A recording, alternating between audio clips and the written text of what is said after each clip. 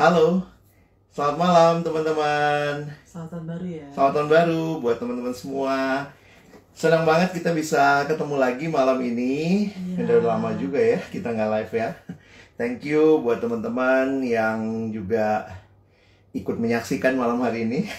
Dan juga mungkin yang nanti akan nonton lagi. Yes. Dan senang ya kalau bicara tahun yang baru, ada biasanya harapan yang baru, semua yang baru. Resolusi dan segala Resolusi ya. Dan malam hari ini sih kita ngangkat tema 2021 You Can Change. Tapi tanda tanya deh. Iya. Bisa nggak ya berubah? Kali ya. Gimana tuh? Biasanya baru kalau masuk tahun yang baru tuh semua pada punya apa? Impian, resolusi gitu ya. Salah satu resolusinya biasanya adalah ada hal-hal yang mau diubah, baik itu mungkin kebiasaan, baik itu mungkin juga karakter mungkin ya, dan maunya kan jadi lebih baik ya. Yes. Dan Diubah pastinya ke arah lebih perubahannya baik, ke arah yang lebih baik ya. Ke arah yang lebih positif katanya. Betul. Tapi ya balik lagi, pertanyaan penting malam hari ini, bisa nggak sih gitu ya? Itu kadang-kadang memang menjadi pertanyaan besar ya, karena kadang-kadang kita juga ngerasa bahwa ya kalau misalnya untuk hal-hal yang kayak misalnya rencana, perubahan rencana, atau mungkin juga perubahan kebiasaan, perubahan karakter, itu bukan hal yang mudah gitu ya. Betul. Apalagi mungkin perubahan karakter ya. Iya. Ya perubahan kebiasaan pun sebenarnya sesuatu Susah, hal yang nggak mudah ya. Nggak Kayak mudah, misalnya, nggak mudah. tahun 2020 biasanya tuh ngapain? Misalnya biasanya bangun pagi langsung saat teduh. Ya, atau misalnya 2020 bangun pagi mandi dulu, saat teduhnya nanti misalnya. 2021 mau berubah nih gitu. Mau mandi dulu. Mau mandi sambil saat teduh. Ya jadi berubah kebiasaan pun hal yang nggak mudah ya. Apalagi yang namanya merubah karakter kali ya Bang ya. Betul. Karakter, merubah diri. Itu yang istilahnya kan sudah lama melekat sama seseorang gitu ya. Ada yang mungkin tahun 2020 nih kayaknya banyakan marah-marah gitu kali ya. 2021 mau nahan deh supaya nggak belajar, nggak cepet marah mungkin gitu ya. Ada mungkin yang resolusinya perubahan dalam diri hal-hal yang seperti itu ya. Iya mungkin ya. Nah, tapi pertanyaannya kadang-kadang yang menjadi tantangan adalah apakah hal itu adalah hal yang tadi ya, can or not gitu, or cannot gitu kan ya. Iya, you can or you cannot ya. Yes. Mengingat bukan hal yang mudah untuk dilakukan, tapi apakah itu meskipun itu mungkin nggak mudah, tapi apakah itu mustahil? Iya. Gimana tuh Bang? Nah ini yang kita mau coba refleksikan ya sama-sama malam ini. Jadi silakan teman-teman kalau ada respon atau ada pertanyaan ya feel free ya. Mau sharing juga. Mungkin juga jadi pergumulan pribadinya ya terkait dengan hal ini. Jadi kalau aku ngelihat yang pertama begini deh ya, jadi ingat yang namanya Serenity Prayer. Yes. Jadi silakan googling teman-teman, bisa lihat Serenity Prayer. Nah dalam Serenity Prayer itu dikatakan demikian kira-kira dalam bahasa Indonesia ya, Tuhan tolong aku menerima hal-hal yang tidak bisa aku ubah, lalu kemudian mengubah hal-hal yang bisa aku ubah, dan kebijaksanaan atau berikan aku hikmat untuk membedakan keduanya. Jadi ini menarik untuk kita bicara. Sebelum kita bicara perubahan, maka kita harus mengerti dulu yang mana yang bisa diubah, yang mana yang tidak. Harus diterima. Jadi menarik, kalau tidak bisa diubah, ya bagian kita menerima. Kalau bisa diubah, ya diubah. Tentunya diubah ke arah yang lebih baik. Tetapi yang menarik juga dia bilang, Tuhan berikan aku hikmat membedakan keduanya. Yes. Karena seringkali tanpa sadar kita merasa yang ini bisa diubah. Padahal sebenarnya itu enggak. Kayak misalnya apa nih Bang? Nah, di dalam kehidupan teman-teman, dalam ada satu modul yang dulu saya pernah pelajari begitu ya, bahwa sebenarnya dalam kehidupan ada hal-hal yang given. Given itu ya sudah dari sononya Tuhan kasih sama kita sehingga itu tidak bisa diubah. Nah, tentu ini bukan berarti apa ya, itu hal-hal yang tidak bisa diubah. Misalnya ya, pertama jenis kelamin. Jenis kelamin ya, dalam arti maksudnya gini, kita nggak bisa mesen. Tuhan mau laki dong saya, Tuhan mau perempuan. Itu Tuhan kasih gitu ya. Soal banyak yang nggak nerima keberadaannya itu masalah lain. Tapi poinnya adalah itu hal-hal yang kita nggak bisa given ya.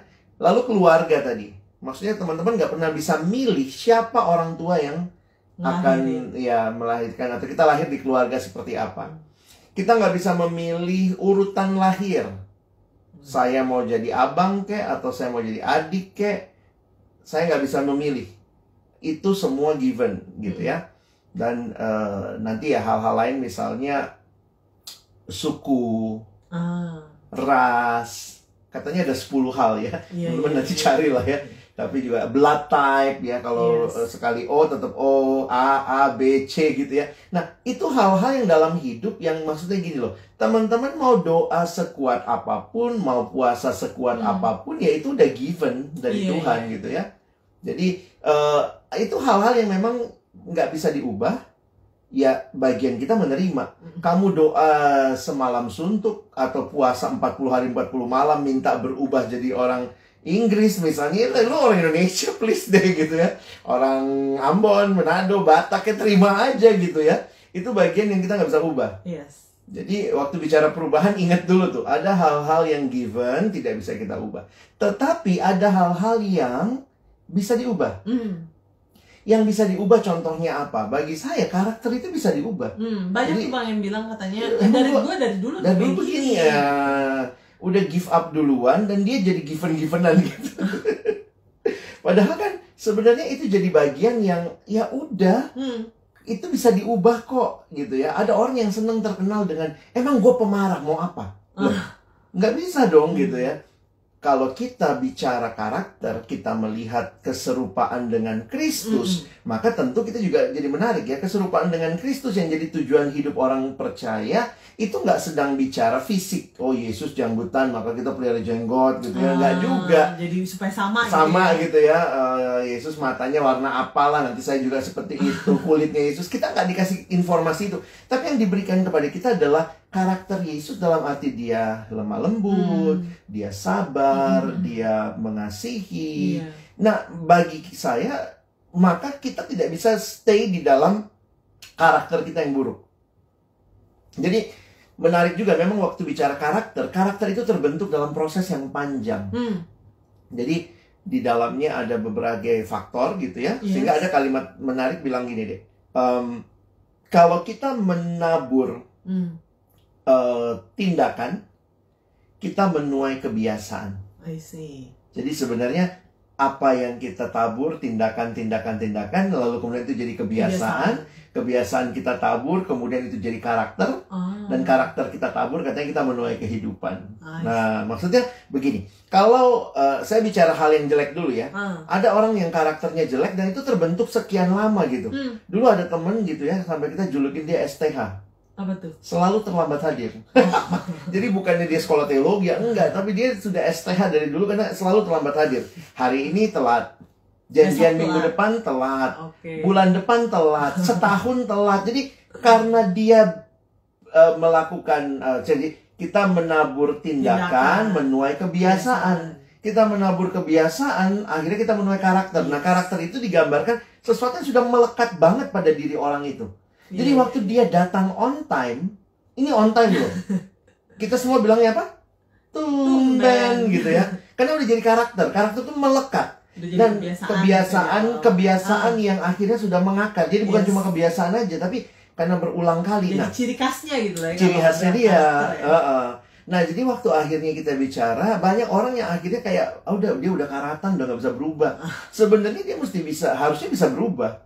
Dan itu memang ya akhirnya membutuhkan juga perjuangan karena membentuk karakter yang buruk aja melalui tindakan kebiasaan jadi karakter lama gitu ya, membutuhkan waktu yang lama, apalagi mengubah. Itu juga jadi masalah besar buat banyak orang. Tapi kita tetap punya pengharapan bahwa karakter bisa diubah. Ya, dan maksudnya gini, tidak ada dari kita yang sudah punya karakter yang sempurna. Nah, itu yang juga harus kita ingat, sehingga di dalamnya kita tidak bicara perfeksionis. Jadi kita bukan bicara kesempurnaan, karena tidak ada, ya. Tetapi kita bicara perubahan, atau mungkin bahasa pertumbuhan, ya. Makin bertumbuh. Makanya biasanya ada progres lah. Setiap yang kayak kamu bilang tadi, ya, setiap tahun itu kita jadi kayak tanya lagi, ini aku mau lebih baik nggak dalam hal ini dan itu. Hal apa yang harus diubah, hal apa yang harus semakin baik gitu kan. Betul. Ya? Jadi mungkin kalau bicara ada yang bisa diubah, ya karakter salah satunya. Mungkin hal-hal lain yang bisa diubah sih banyak juga, ya. Misalnya, ya teman-teman juga bisa ubah penampilan. Kalau dulu nggak suka mandi, ayo rajin mandi gitu, ya. Itu kan perubahan juga, ya. Jadi itu kebiasaan juga sih, ya. Jadi poinnya adalah kalau itu tidak bisa diubah, bagian kita adalah menerima. Kalau harusnya bisa diubah, maka ayo kita ubah. Tapi juga minta hikmat dari Tuhan untuk membedakan ini bisa diubah atau tidak. Sayangnya hal-hal yang bisa diubah kita bilang nggak bisa. Yang bisa diubah kita ngotot gitu untuk ubah. Tuhan, pokoknya saya nggak mau, saya mau jadi abang gitu. Dia doa puasa 3 hari 3 malam. Begitu amin, ya masih ada abangnya gitu, ya. Itu nggak mungkin berubah begitu. Iya. Tapi kalau misalnya ngomongin karakter, karakter itu apa bedanya sama sifat kira-kira? Karena kadang-kadang banyak orang yang bilang, emang dia sifatnya kayak gitu dari dulu, nggak bisa diubah. Ada juga yang mungkin berpikiran, oke, karakter bisa diubah. Sifat? Nah, ini memang di dalam, itu perlu pembahasan panjang, ya. Kalau secara psikologis, ada yang disebut dengan temperamen. Nah, temperamen, lalu kemudian, jadi itu sebenarnya temperamen itu kayak sifat dasar gitu, ya. Nanti mungkin buat teman-teman yang belajar psikologi itu bisa memahami bahwa ada kayak ada yang namanya temperamen dasar, yang di dalamnya itu terbentuk dari berbagai faktor, keluarga lah dan segala macam. Nah, sekarang dalam perkembangan yang lebih terkini gitu, ya, karena manusia itu terlalu kompleks hanya untuk dibagi. Biasanya dulu 4 temperamen, sanguin, melankolik gitu, ya. Akhirnya sekarang lebih berkembang lagi, misalnya dengan tes kepribadian model MBTI, Myers-Briggs itu, ya. Jadi 16 itu, ya, INTP atau apa, ya. Ya, itu penting juga teman-teman perlu tahu, dan maksudnya tentu itu tidak bisa mengatakan persis. Karena setiap kali kita bicara manusia, kita makhluk yang kompleks. Jadi kalaupun ada temperamen dasar, tetap itu tidak menghilangkan, mau kita bilang itu sifat atau apa, tetapi ingat, dalam realitanya, ya, ini kalau kita bicara dulu temperamen kayak sanguin, melankolik, segala macam, maka selalu ada 2 bagian. Ada positifnya, ini kekuatan-kekuatan melankolik misalnya. Ini kelemahan-kelemahan melankolik. Nah, itu jadi setiap temperamen punya 2 sisi itu. Dan waktu bicara tipe kepribadian juga begitu. Nah, jadi poinnya adalah kalau orang bicara sifat, kadang-kadang dia bilang ini, emang sifatnya begitu. Ini sifat yang mana dulu nih? Kalau yang buruk yang dia bilang nggak bisa diubah, tetap bagi saya mungkin itu jadi gini, orang. Ini balik lagi yang lama, kan lebih gampang, ya. Sanguin misalnya. Sanguin itu sangat cerah ceria, tapi pelupa. Saking cerah cerianya dia lupa nama, nggak teliti gitu. Nah, lalu kalau saya bilang, pokoknya itu sifatnya saya sifatnya apa? Pelupa. Nah, apakah saya nggak berjuang dalam hal itu? Masa mau hidup terus-menerus dengan hal itulah. Betul. Jadi akhirnya saya ngeliat begini, waktu belajar temperamen, akhirnya ada yang nanya gini, jadi sebenarnya, Kak, temperamennya Yesus kira-kira apa? Nah, saya bilang disinilah menariknya. Waktu teman-teman dan saya sadar temperamen kita, Yesus itu temperamennya apa? Yesus kepribadiannya apa? Nah, saya melihat gini, ya tentu dalam kenyataan kita menghayati Yesus sebagai manusia yang sempurna, Allah yang sejati gitu, ya. Maka seluruh kekuatan temperamen ada pada Yesus. Dan bersyukurnya di dalam penghayatan iman kita nggak diminta hanya bicara temperamen kita diminta serupa Kristus loh. Jadi jangan gini, saya memang sanguin. Banyak orang yang senang banget dengan saya sanguin. Ya udah, saya memang nggak teliti, karena sanguin memang sifatnya nggak teliti loh. Kira-kira Yesus sanguin nggak? Ya, Yesus sanguin juga. Yesus belajar teliti nggak ya? Dia teliti juga. Jadi saya bukan jadi sanguin yang nggak teliti, tetapi saya harus berubah semakin serupa dengan Kristus. Berarti intinya sebenarnya kalau ngomongin masalah perubahan bisa gitu ya? Bisa. Mungkin masalahnya adalah mau atau enggak. Nah mungkin nanti kalau kita belajar dengan tipe kepribadian, untuk beberapa orang itu hal yang sangat alami. Misalnya, untuk orang-orang sanguin, tampil di depan itu buat dia alami. Istilahnya itu karakter temperamen dasar, sifatnya yang memang senang di depan gitu, tampil ya. Nah, tetapi untuk orang-orang misalnya melankolik, itu susah buat dia. Jadi misalnya gini, apakah melankolik nggak bisa tampil? Bisa juga, tapi mungkin perjuangannya dia akan lebih besar daripada yang sanguin. Sementara melankolik itu semua detail diingat. Yang kecil-kecil juga diingat gitu ya. Makanya kalau mendendam tuh susah. Yang melankolik ini, kalau sanguin itu cepat lupanya. Melankolik itu perjuangannya lebih luar biasa gitu. Karena dia ingat sampai detail-detailnya. Jadi menurutku, dalam perubahan, tipe kepribadian kita atau temperamen kita, itu akan menjadi satu faktor yang bukan satu-satunya ya. Salah satu faktor yang mempengaruhi baik aktif, tapi bukan berarti kita nggak bisa berubah. Iya, betul.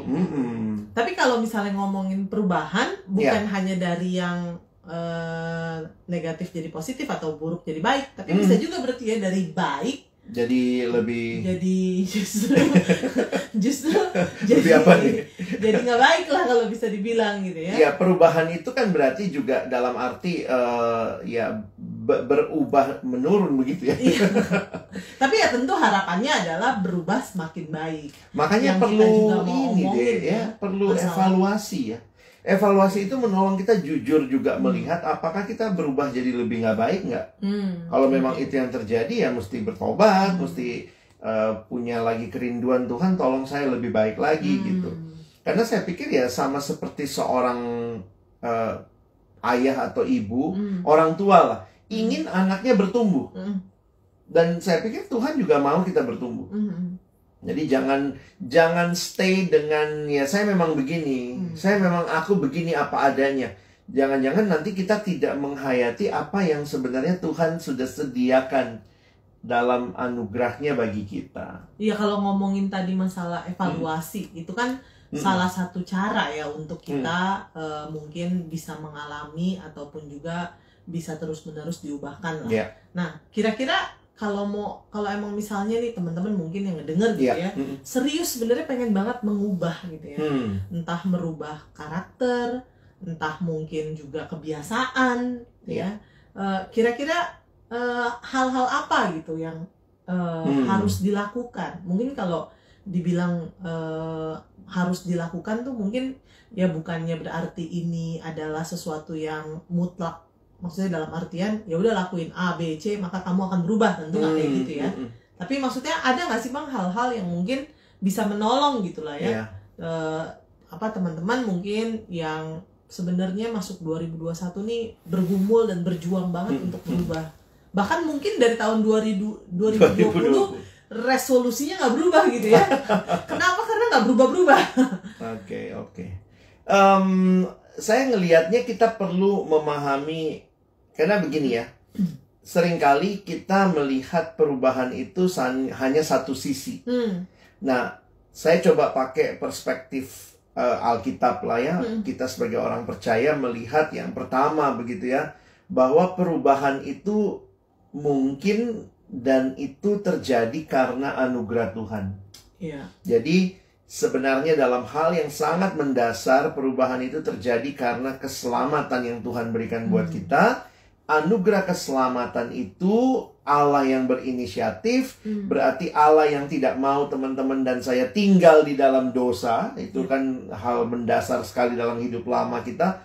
Tuhan mau kita hidup dalam kebenaran. Jadi sebenarnya kalau bicara perubahan, kekristenan tidak bicara perubahan yang dimulai dari diri kita, bukan. Tapi dimulai dari anugerah Allah, dimulai dari karya Allah yang memberikan kita hati yang baru. Sehingga hati yang dulunya menginginkan dosa, sekarang bisa menginginkan Tuhan, menginginkan kebenaran. Nah itu sebenarnya sesuatu, istilahnya Tuhan kasih sama kita modal tuh untuk berubah. Jadi disitulah kita melihat bahwa perubahan itu mungkin karena itu adalah anugerah Tuhan. Tuhan yang mengerjakan di dalam kita. Nah, tapi bagian yang kedua, Tuhan juga memberikan bagian kita di dalam perubahan itu. Sehingga kalau kita mengenal yang namanya berjuang, proses, bertumbuh, itu bagian kita.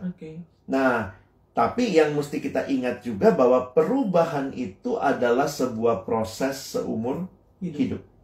Ya? Berarti nggak yang semudah membalikan telapak tangan. Betul.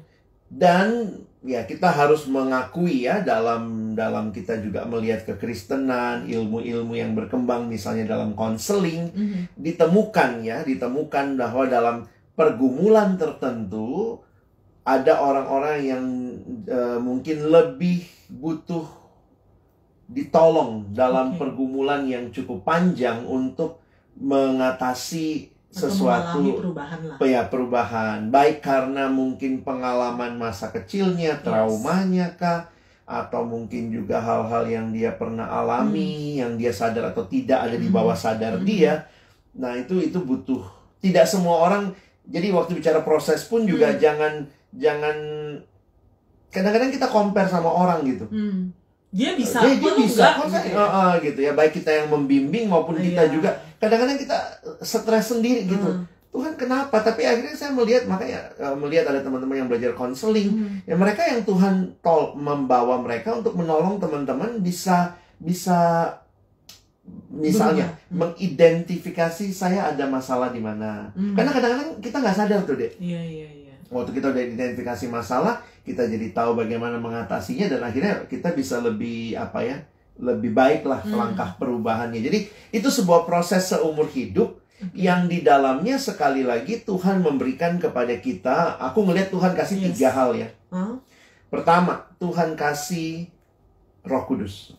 Nah itu berarti Roh Kudus adalah Allah sendiri ya, pribadi Allah yang memang di dalam kita. Ini janji firman Tuhan. Kalau kita sudah percaya, terima Yesus, berarti kita terima Roh Kudus.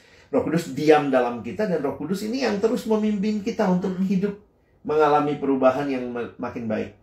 Makanya Alkitab misalnya dalam surat Paulus, dia pakai istilah jangan mendukakan Roh Kudus, jangan padamkan roh, karena Tuhan sudah kasih Rohnya yang kudus memimpin kita. Nah memang menarik, Roh Kudus ini memimpin kita. Jadi ini kadang-kadang saya melihat Tuhan itu kalau roh jahat itu merasuk kita. Bukan merasuk kita, merasuk orang yang tidak percaya ya. Orang yang dirasuk itu dia bukan jadi dirinya lagi. Dia dikuasai oleh roh itu. Tapi Roh Kudus itu di dalam Alkitab dipakai kata memimpin loh. Memimpin ini berarti hidup dalam roh, dipimpin oleh roh, itu tidak merasuki. Jadi Tuhan kasih kebebasan buat kita. Makanya Tuhan ingatkan, jangan mendukakan. Mendukakan itu adalah menolak pimpinan Roh Kudus dalam hidup.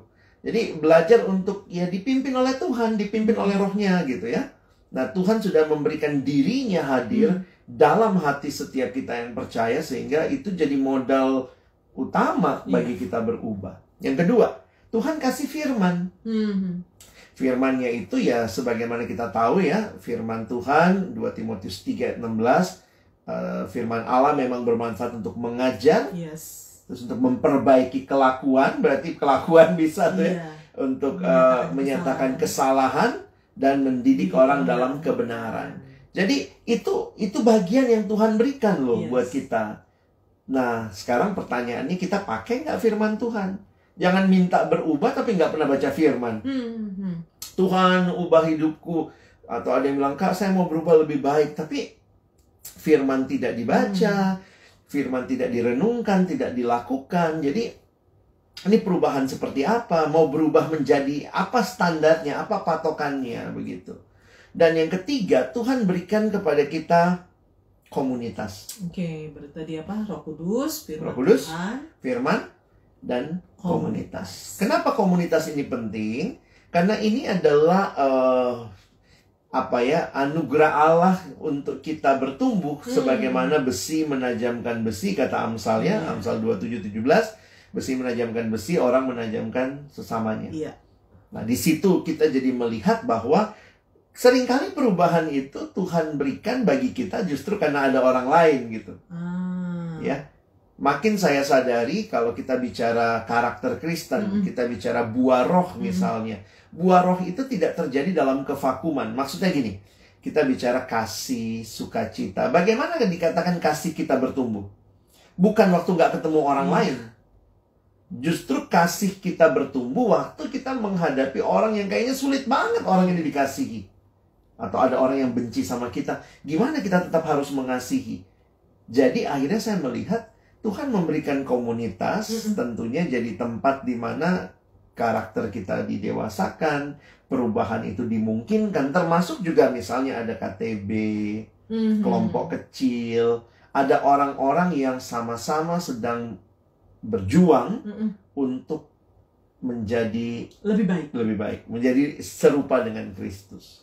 Nah, menarik juga ya kalau ngomongin komunitas, sebenarnya Alkitab juga bilang ya Bang ya, bahwa pergaulan yang buruk merusak kebiasaan yang baik. Jadi sebenarnya salah satu mungkin kalau tadi dibilang berubah dari yang negatif ke positif. Tapi positif bisa juga jadi negatif karena komunitas yang tadi itu ya, pergaulan yang udah tidak taat dipimpin Roh Kudus, tidak baca firman, tidak merenungkan firman, tidak hidup dalam firman. Komunitasnya komunitas yang mungkin menarik loh, Dek, kalau melihat ayat itu ya. Saya waktu mempelajari ayat itu jadi melihat begini, pergaulan yang buruk, maksudnya gini, membangun kebiasaan yang baik itu nggak gampang, teman-teman. Karena sekali lagi ya, kebiasaan itu muncul atau dibangun dari tindakan-tindakan. Jadi kamu tabur tindakan hari ini butuh waktu ya. Tapi lihat loh, begitu pergaulan yang buruk, yang dirusak bukan cuma perbuatan baik, tapi kebiasaan baik. Makanya kalau kita sudah istilahnya ya dalam realita kehidupan rohani, begitu kita udah nggak saat teduh 3-4 hari, seminggu, itu mulainya lagi malas loh. Sulit membangun dari awal lagi. Aduh, kenapa? Karena udah sempet ada kebiasaan yang di break gitu, yang diputus siklusnya gitu. Iya. Nah, ini ngomongin komunitas nih Bang, terkait dengan perubahan. Tadi kan komunitas itu punya peranan juga ya, bukan hanya kita terus bergantung sama Roh Kudus, karena perubahan tadi anugerah Allah juga. Betul. Ya. Lalu kemudian baca firman, tapi juga hadirnya komunitas. Nah, kalau sekarang ngomongin kita sebagai komunitas yang mau menolong mereka berubah misalnya, kira-kira apa ya yang harus dilakukan sebagai komunitas lah?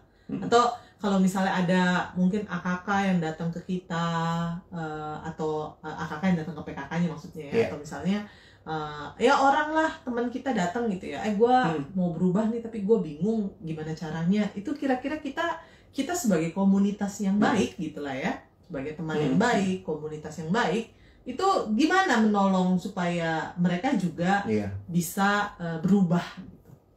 Mungkin kita juga harus menghayati, ini ada satu cara pikir yang aku lihat kita perlu pahami juga ya, Dek. Kita bicara perubahan, oke. Dan kita melihat Tuhan sediakan tuh ya, baik Roh Kudus, firman, dan komunitas. Nah, tapi jangan dibalik. Jadi kalau saya nggak bertumbuh, ini karena komunitas nih. Ini karena Roh Kudus nih. Ini karena firman nih. Poinnya adalah menurut saya bukan itu kan sesuatu yang Tuhan kasih. Tapi juga dalam anugerahnya Tuhan mau kita meresponi itu. Jadi saya suka kasih ilustrasi begini ya. Misalnya orang sakit kepala nih. Terus beli obat sakit kepala, anggaplah apa mereknya, Panadol misalnya. Lalu dia sakit kepala, dia beli Panadol, terus Panadolnya itu dia pakai ngapain? Dia tempel di kepala gitu ya. Ya nggak sembuh lah sakitnya ya. Cara pakainya adalah dibuka, diputer, dicelupin nggak ya? Dibuka dari ininya, diminum, minum, pakai air gitu ya. Jadi ada cara pakainya. Komunitas juga ada tanda kutip cara pakainya. Firman Tuhan tuh ada cara pakainya. Roh Kudus juga ada cara memimpinnya gitu. Jadi bagaimana kita dipimpin, akhirnya saya melihat begini. ada bagian penting dalam kehidupan rohani di mana teman-teman dan saya diberikan oleh Tuhan tanggung jawab. Jadi jangan lempar tanggung jawab. Iya nih, habis nggak ada KTB sih, makanya saya nggak bertumbuh. Loh, poinnya adalah teman-teman dikasih tanggung jawab untuk berjuang. Cari gitu. Makanya Yesus juga udah bilang ya, manusia tuh suka sekali cari kambing hitam. Jadi kalau lagi jatuh dalam dosa terus bilang, iya habis sih, misalnya ada yang selingkuh gitu ya, iya habis saya kesepian. Jadi seolah-olah karena saya kesepian nggak apa-apa dong berdosa. Jadi akhirnya kita selalu tidak mengakui kita salah.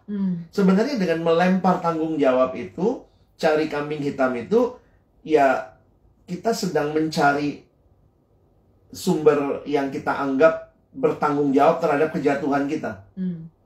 Sementara Yesus langsung bilang, kalau kamu sampai jatuh gitu ya, segala sesuatu itu timbul dari dalam hati. Hati yang dari dalam hati lah. Jadi makanya Yesus waktu itu bilang, bukan apa yang masuk ke dalam mulut yang menajiskan kamu, tapi apa yang keluar dari mulutmu. Karena yang keluar dari mulut itu dari dalam hati. Kalau dari dalam hati lah timbul segala pikiran jahat, nafsu, dan segala macam yang tidak berkenan kepada Tuhan. Jadi saya melihat teman-teman waktu bicara bagaimana dong komunitas. Saya pikir gini, komunitas mari kita lakukan the best that we can untuk nolong teman kita. Tapi at the end of the day gitu ya, teman-teman yang ditolong pun harus melihat bagianmu untuk misalnya take serious tentang komunitas. Kapan jadwal KTB, jadwal kelompok kecil ya diperjuangkan gitu. Jadi akhirnya kita jadi melihat ini pertumbuhan yang di dalamnya kita semua berbagian lah. Ada bagian kita gitu sih deh yang aku lihat. Tapi komunitas bagiannya apa? Komunitas tentunya dalam Filipi pasal 2 misalnya ya. Filipi pasal 2 ayat 1 deh. Ada nggak? Nah, ada ayat. Ada ayat. Aku takut salah baca nih. Filipi 2 ayat 1 itu memberikan berbagai hal yang Tuhan sudah kasih di dalam komunitas. Nah itu mesti kita hayati ya. Filipi 2 ayat 1. Jadi terjemahan yang lebih tepat bukan kata jadi sebenarnya. Jadi istilahnya yang dipakai adalah sudah ada gitu. Di dalam Kristus tuh sudah ada gitu. If there, jadi kalau Inggrisnya gitu ya. If there be therefore any consolation. Jadi intinya begini. Jadi karena dalam Kristus ada nasihat, ada penghiburan kasih, ada persekutuan roh, ada kasih mesra dan belas kasihan. Sudah ada. Sudah ada. Sudah Tuhan kasih tuh. Itu modal untuk ayat 2. Waktu dikatakan, karena itu sempurnakanlah sukacitaku dengan ini. Hendaklah kamu sehati sepikir dalam satu kasih, satu tujuan. Jadi, saya jadi melihat gitu ya. Iya ya, kita butuh loh komunitas untuk menegur kita, memberikan penghiburan. Kalau lagi sedih terbuka untuk dihibur. Jangan chattingnya, jangan sharingnya cuma di status WA lah, di IG story lah. Yuk ketemu temen gitu yang bisa dengerin kamu, bisa. Sekarang nggak bisa bang. Oh iya, bisa Zoom, berzumpa dengan kamu, bisa doain kamu. Kadang-kadang jadi kita kadang tidak memanfaatkan anugerah Tuhan. Apalagi dengan alasan sekarang kan lagi pandemi. Loh, teman-teman bisa kirim voice notes loh. Voice notes bisa doain orang. Kamu bisa kirim message yang mungkin sekarang kan banyak stiker juga segala macam. Saya pikir sebenarnya ini generasi yang bisa memperhatikan dengan lebih baik, bisa mengasihi dengan lebih ekspresif. Nah itu dipakai gitu ya. Jangan jauhkan diri dari pertemuan-pertemuan ibadah itu kan juga Tuhan ingatkan. Berarti itu ada bagiannya ya. Betul. Nah, berbicara tentang komunitas, bicara tentang perubahan, kadang-kadang juga kayak gini nih bang. Ada orang-orang yang mungkin mikirnya gini, dia mah nggak bakalan berubah lah. Atau ada juga yang agak-agak sayap kanannya itulah, sayap kirinya mungkin dimaafin atau misalnya diterima lagi, tapi kemudian dengan harapan dia akan berubah, tapi ternyata begitu lagi ya? Oh dia pasti berubah, nanti begitu lagi. Ini khususnya mereka-mereka yang mungkin dalam masa-masa berpacaran kali ya, atau mungkin dalam masa-masa berrelasi gitu ya, yang merasa bahwa pokoknya dalam nama Yesus dia pasti berubah lah, nggak mungkin, masa sih dia kayak begini mulu, masa sih hidupnya kayak begini mulu kayak gitu. Kalau ada juga yang setelah nikah dia pasti berubah, kalau setelah nikah nggak berubah, mungkin nanti kalau udah punya anak berubah. Iya. Nah, kadang-kadang tapi kemudian kok kayaknya nggak berubah gitu loh. Itu gimana tuh Bang? Gimana melihat atau mungkin menanggapi ya kalau yang tadi udahlah nyerah aja, dia nggak bakalan berubah, tapi juga di satu sisi ada yang ya udah lu perjuangin lagi, dia pasti nanti berubah deh, perjuangin lagi. Gimana tuh? Ini kalau udah ngomong love begini udah mulai seru nih ya. Teman-teman, saya harus bilang begini juga kali ya, mungkin sebagai hal yang sangat mendasar dalam pembahasan seperti ini, bahwa sekali lagi perubahan itu adalah sebuah proses seumur hidup. Nah, di dalamnya kalau kita bicara tadi ada spektrum yang satu sangat mengampuni, memaafkan, tapi kehilangan ketegasan, kedisiplinan.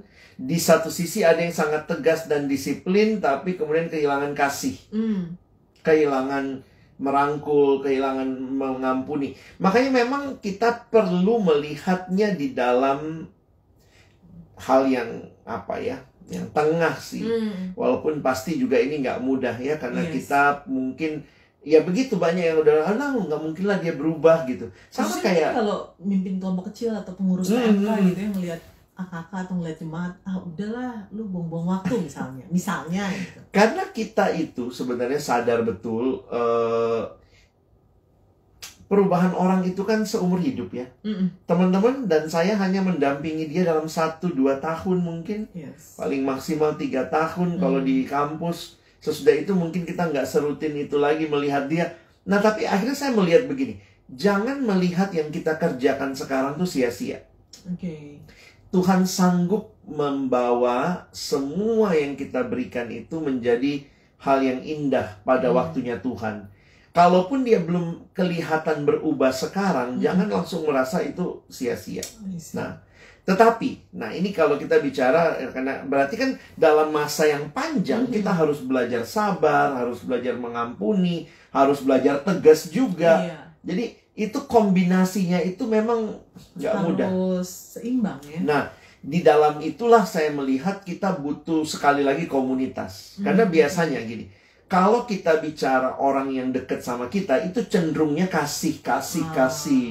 Tapi kalau ada komunitas yang lebih luas, bisa melihat juga nih, ini perlu tegas nih.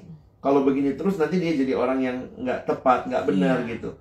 Jadi, dalam proses yang panjang, saya pikir kita mesti belajar sabar, kita juga mesti belajar tegas. Seperti kalimat di dalam Efesus pasal yang keempat, Paulus mengatakan bahwa menyatakan kebenaran di dalam kasih. Nah, itu gimana tuh? Kebenaran dalam kasih. Kadang-kadang kebenaran jadi tegas banget, nggak ada kasih. Kadang kasih aja tidak ada ketegasan, jadi memanjakan, membuat orang makin lebih sering main dengan dosa. Nah, disinilah penting minta hikmat lah dari Tuhan ya, untuk belajar. Nah, termasuk buat kita yang ditegur, ya belajar menerima baik tindakan tegas maupun tindakan yang merangkul. Jadi jangan juga waktu kita dirangkul ngerasa munafik nih orang nih, dia nggak ya. Dan kita juga ini banyak asumsi-asumsi itu deh ya. Mirip kayak waktu Paulus bertobat. Waktu Paulus bertobat tuh sebagian orang kan bilang ini pembunuh gitu, nggak mungkin berubah gitu. Jadi ya, kita juga mungkin berpikir begitu. Kalau ngeliat orang yang paling kita benci, nggak mungkin dia berubah. Kalau dia berubah, kalau dia berubah kita nggak bersyukur, malah kita marah. Kok berubah? Kadang-kadang mungkin langsung menghakimi munafik nih. Munafik. Ada sesuatu yang dia pengen. Begitu. Nah, jadi memang walaupun saya harus katakan buat teman-teman juga yang mungkin sedang dicurigai perubahanmu, ya sabar, kamu bukan berubah demi orang itu. Dia lihat, dia akui, nggak akui, kamu berubah demi Tuhan. Karena sekali lagi ya, dari kehidupan yang mungkin orang itu kenal banget kamu seperti itu, kamu berubah, wah itu dia butuh waktu juga kali untuk meyakini iya ya, dia udah nggak kayak dulu gitu. Benar. Nah, sekarang saya mau masuk ke relasi. Iya, kalau ini udah kaitannya dengan love relationship yang kadang-kadang udah 2021 udah 2021 pun masih berpegang pada ya udah nanti dia berubah kok, dia pasti berubah kok. Udah dari tahun 2010 mungkin mikirnya kayak begitu ya. 10 11 tahun ya. 2010. Teman-teman yang sedang menjalani relasi dan menantikan perubahan, kita harus di satu sisi ingat ini proses. Tapi di sisi yang lain harus realistis. Kenapa? Karena betul yang namanya proses itu seumur hidup. Tetapi teman-teman juga tentunya perlu dengan bijak ya, kepala dingin gitu ya, benar-benar meyakini apakah kita siap spend the rest of our life dengan orang ini. Iya. Kenapa? Karena sekali lagi perubahan itu kan nggak gampang ya. Bayangkan dia misalnya sudah dari dulu seperti itu. Gimana tuh dia mengalami perubahan yang dia butuh waktu, kadang-kadang jatuh bangun, dan kita sebagai pasangannya siap nggak menemani dia, mendampingi dia dalam masa jatuh bangun dia. Di dalam realita kita pun juga punya jatuh bangun kita sendiri. Pergumulan kita ya. Itu yang kadang-kadang di sini saya melihat pentingnya masa pengenalannya, atau mungkin kita pakai istilah pacaran yang pacaran yang bukan romantisme aja, tapi ada pengenalan yang dalam satu sama lain. Dan mungkin setelah pengenalan itu, teman-teman harus berani memutuskan apakah siap melangkah dalam jenjang yang lebih jauh, yang namanya pertunangan atau pernikahan, atau stop. Kenapa? Ya, karena realitanya kita tidak semuanya sanggup. Dalam pengertian saya begini, tidak semuanya sanggup istilahnya mungkin kayak menerima tidak bersama. Jadi begini, bisa jadi ada orang yang waktu lihat, masa begitu aja kamu nggak terima, kalau gua mah terima aja.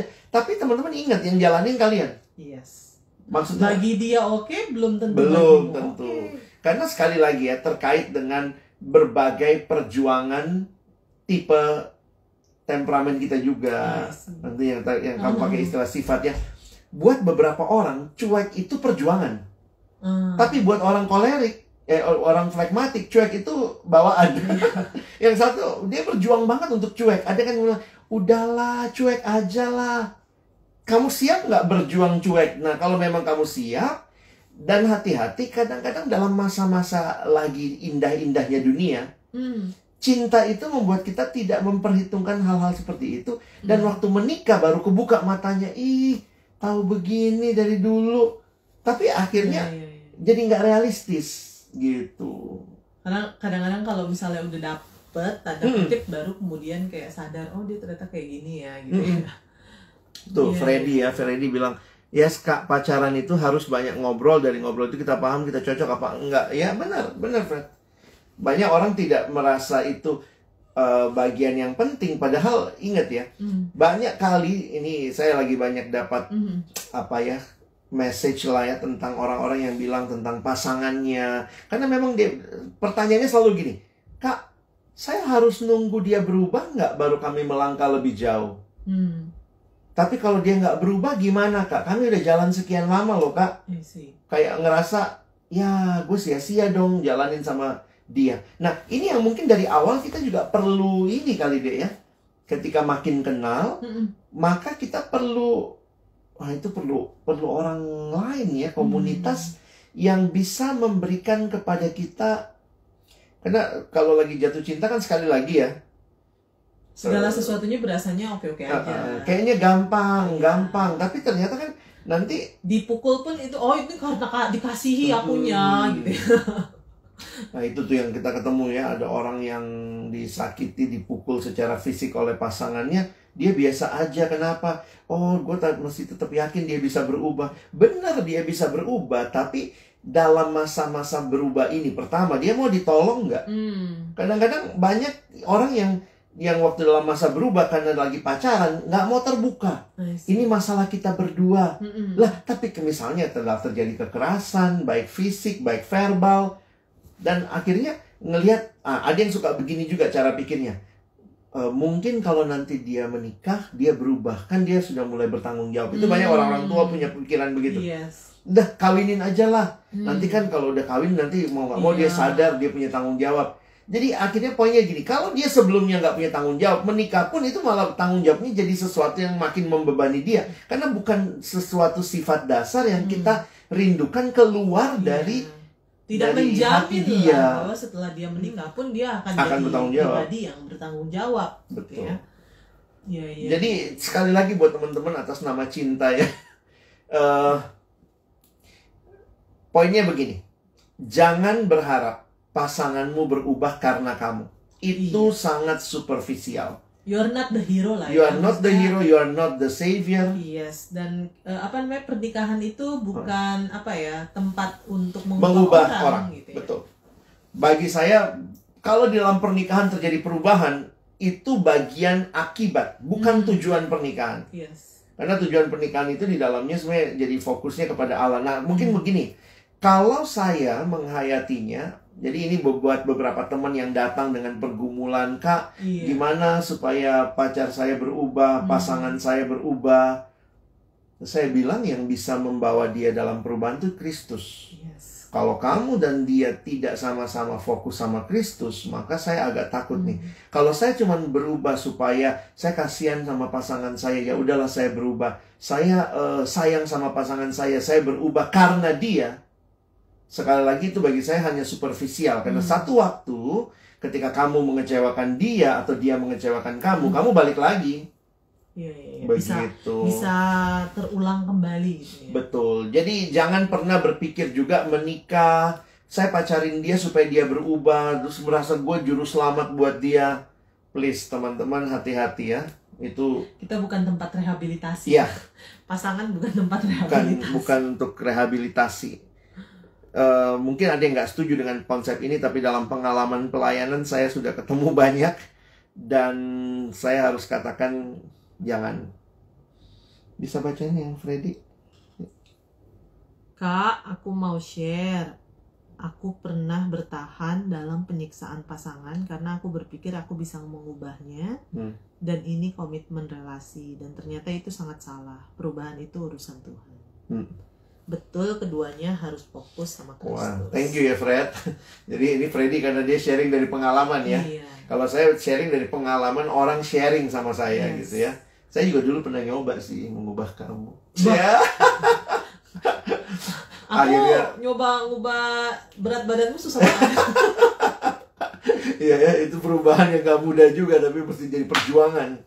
Jadi teman-teman benar ya. Akhirnya saya melihat kita mesti menemukan alasan mendasar bagi perubahan seseorang, dan itu bukan hanya sekadar pasangan. Tapi biarlah menemukan bahwa dia ada dalam Kristus, dan itu yang harus jadi perjuangan seumur hidup. Begitu. Benar banget. Karena kadang-kadang ada juga orang-orang yang berusaha bertahan karena menganggap bahwa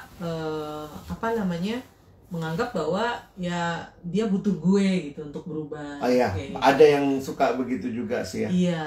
Ada yang memang seringkali gini, dia berubah karena kamu pada waktu itu, sesudah itu. Ya, entahlah gitu ya.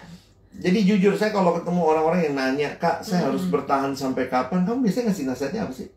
Apa? Misalnya, aduh Kak, ini begini-begini, gimana dong? Saya harus bertahan sampai kapan gitu? Saya harus bertahan sampai kapan? Misalnya untuk melihat dia berubah sebelum kami melangkah gitu-gitu. Kalau aku sih realistis sih ya orangnya ya. Ya kalau emang misalnya, maksudnya ya siapa kita gitu bisa ngubah orang.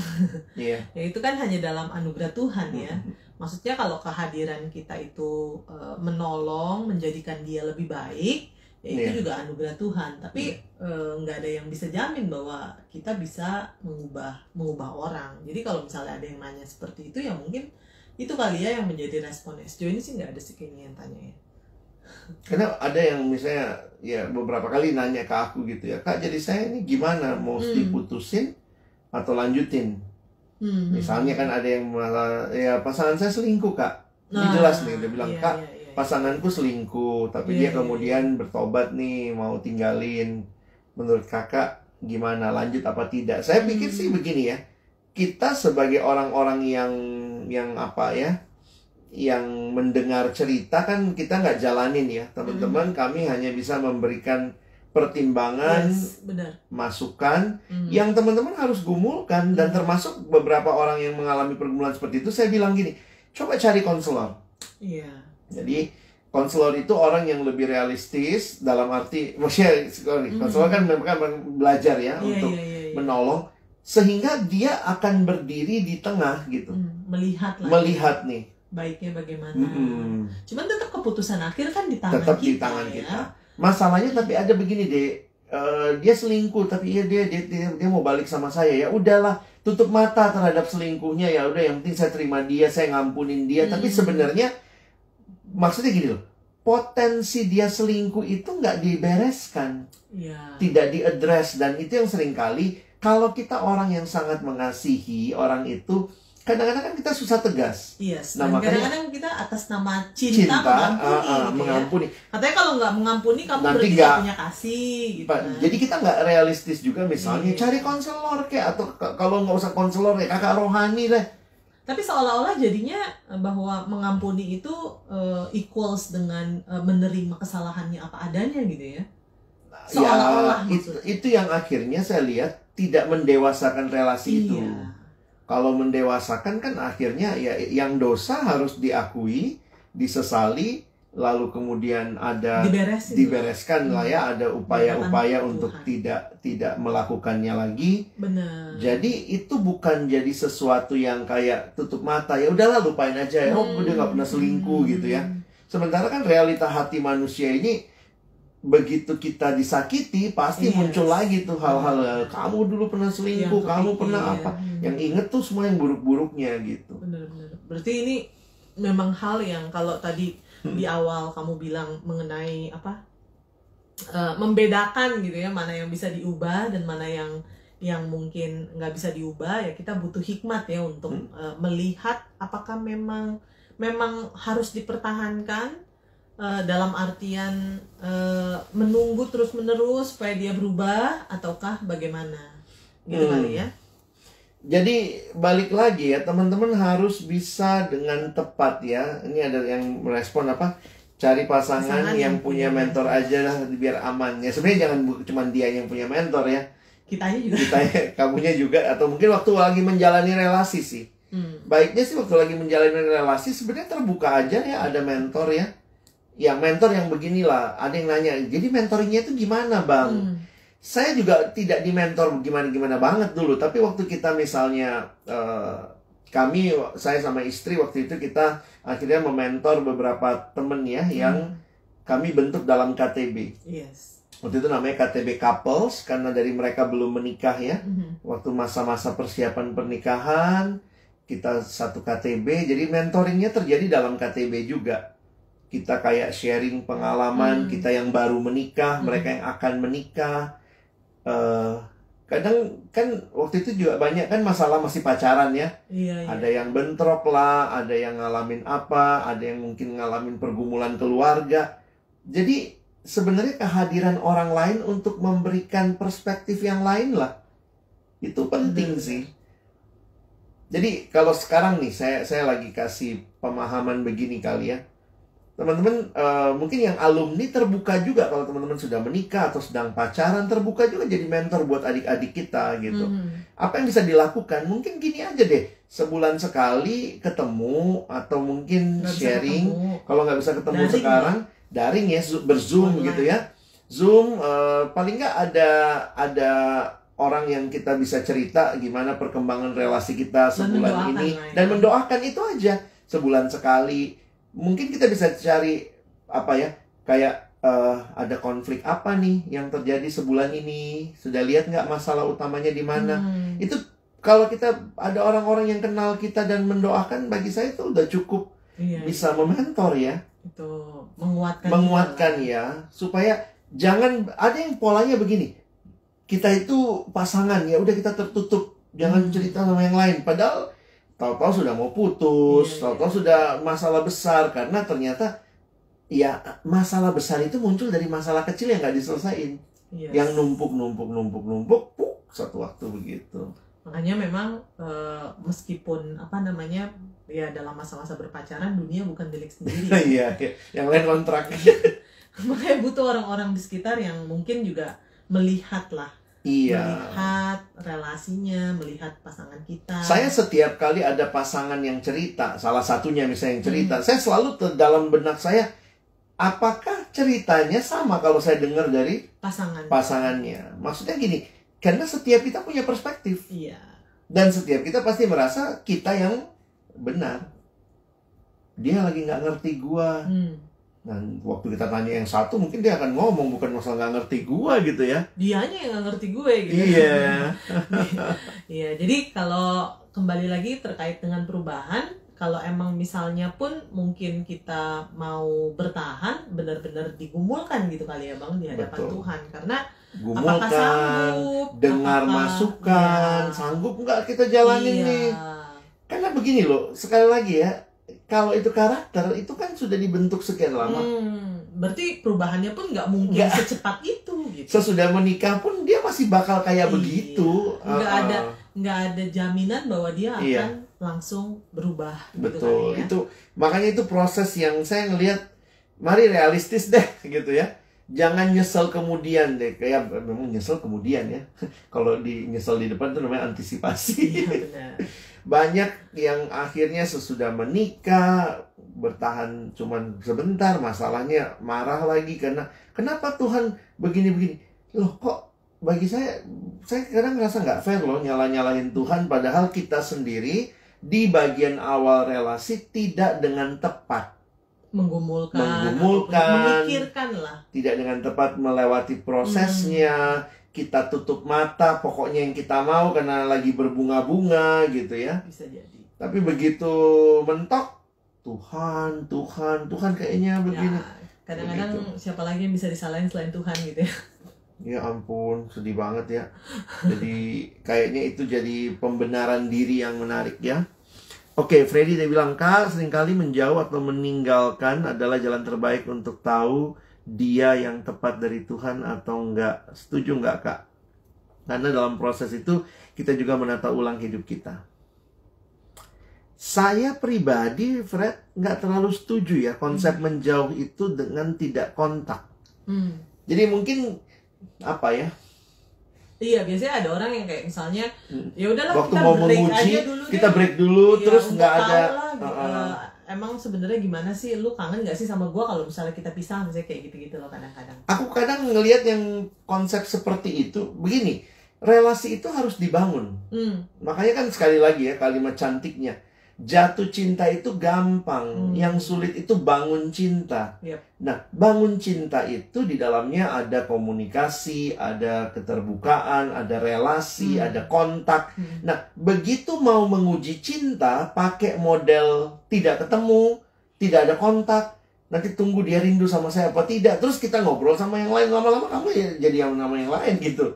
Iya. Saya jujur aja bangun cinta butuh komunikasi lah ya. Kalau makin menjauh ya justru mungkin masalah makin besar. Kita nggak nyelesain masalahnya, kita cuma tunggu-tunggu perasaan yang muncul, padahal sebenarnya nggak realistis karena akar masalahnya nggak terus. Tapi ada yang nanya nih, Dek. Waktu itu kan ada yang nanya. Terus Bang, kalau kita lagi butuh menguji nih, terus abang suruh kontaknya ngapain? Ya saya waktu itu bilang kontaknya palingnya kalian doa kek, sama-sama. Misalnya ya seminggu sekali ya doa, ya waktu doa apa yang ditanyain, kalau memang nggak ada yang bisa di-sharingin, ya doa aja gitu, saling mendoakan apa yang bisa aku doakan. Karena bener-bener deh, kalau nggak ada kontak sama sekali, lalu dari mana kita bisa mengujinya gitu? Lagi ada masalah, lalu kemudian nggak diselesain, cara penyelesaiannya adalah ya udahlah kita break dulu, ya udah makin masalah. Atau menutupi masalah dengan masalah baru, yang satu waktu nanti boom gitu ya. Nggak tahu, kalau saya pribadi nggak terlalu setuju dengan konsep itu ya. Bukan hal yang tepat lah ya untuk dilakukan ya. Yang perlu teman-teman lakukan adalah menyelesaikannya. Tapi kalau memang lagi belum bisa menyelesaikannya, jangan putus kontak. Yes. Doalah. Kalau ketemu, doa. Dia belum siap ngomongin masalahnya, Kak. Ya nggak apa-apa, ketemunya doa aja. Atau bukan ketemu sekarang ya, berzoom atau ber-WA. Ya, kontak daring lah. Iya. Seperti itulah kira-kira. Ya, mungkin hal-hal seperti itu dalam relasi penting ya. Teman-teman dan saya, kita sadar ya, kita semua sadar yang namanya relasi perlu diperjuangkan. Dan ya sekali lagi, perubahan yang Tuhan mau berikan kepada kita, Tuhan bisa berikan juga lewat relasi. Tetapi relasi yang juga teman-teman harus bertanggung jawab gitu. Yes. Berani untuk memulai ya, berani untuk membangunnya, memperjuangkannya. Kalau mungkin harus selesai, karena ingat ya, pacaran masih bisa putus ya. Iya. Jangan juga kemakan, ini gue nggak apa-apa lah, dia nggak berubah. Nonton IGTV kita yang sebelumnya ya. Iya, betul. Masalah putus ya. Kadang-kadang orang mikir, abang kok bahasnya putus, ya itu realistis sih.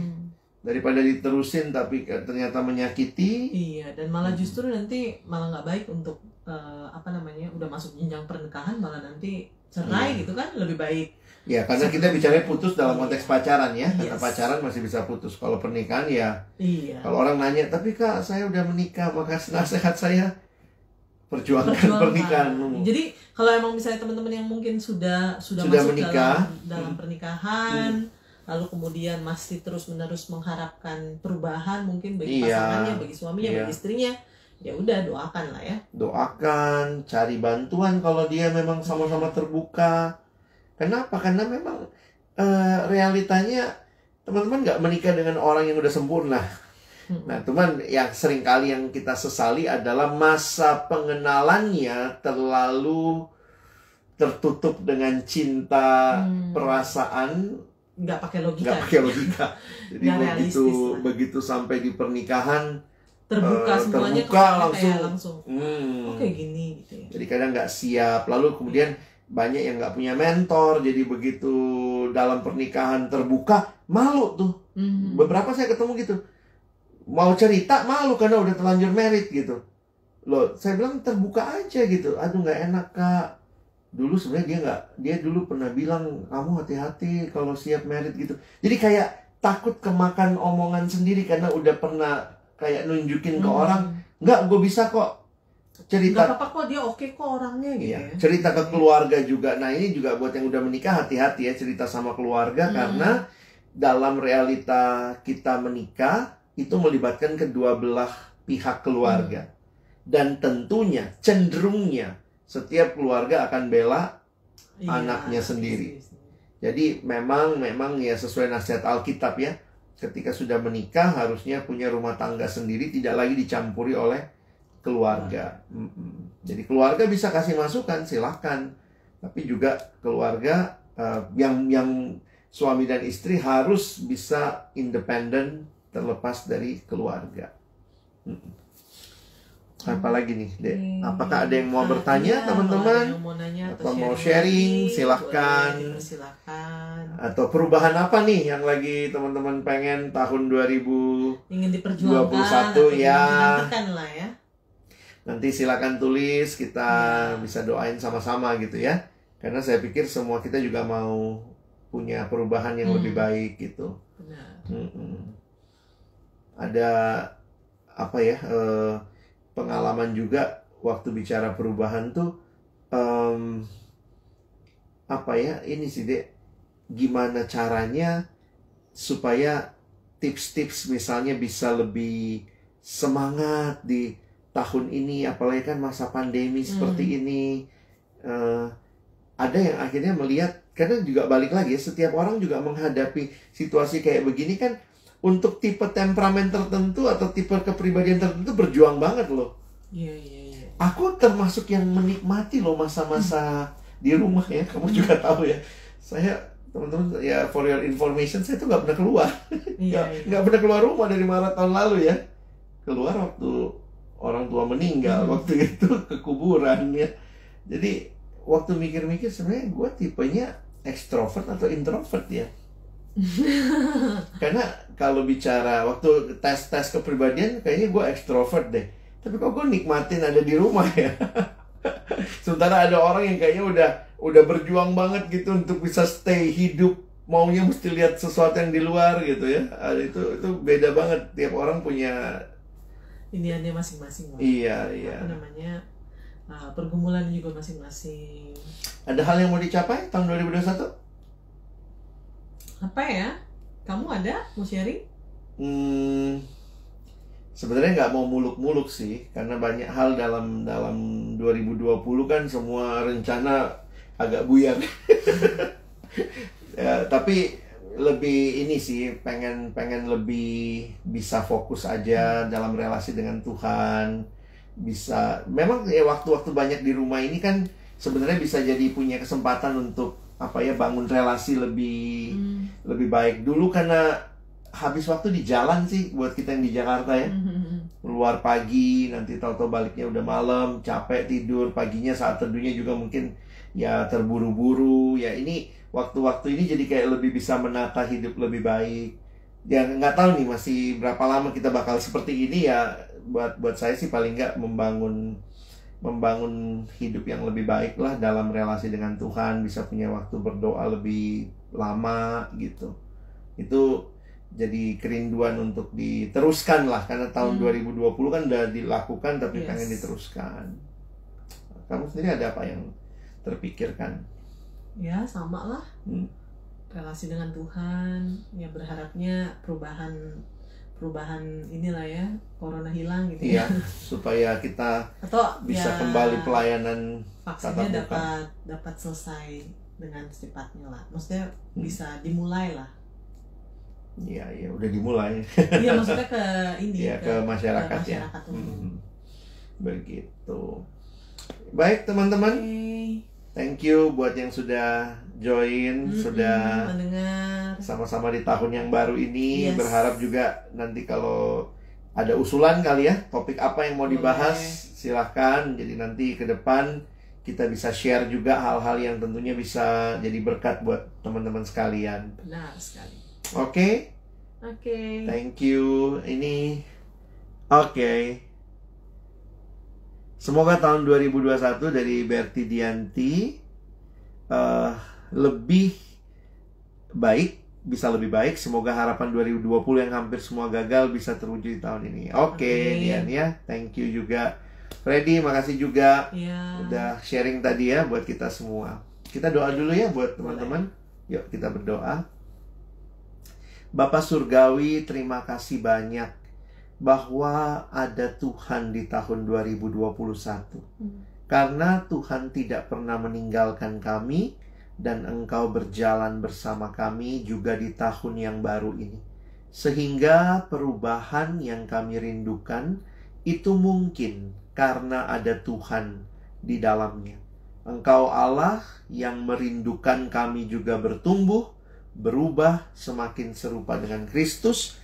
Engkau yang sudah memberikan semua yang kami butuhkan untuk kami bisa berubah. Tuhan, tolong kami bisa mengalami perubahan itu di dalam anugerah-Mu, dan kami meresponinya dengan perjuangan di dalam kesetiaan untuk memberi diri dipimpin oleh Roh-Mu, untuk boleh taat dengar-dengaran akan firman-Mu, dan juga memakai anugerah Tuhan dalam komunitas untuk kami terus bertumbuh.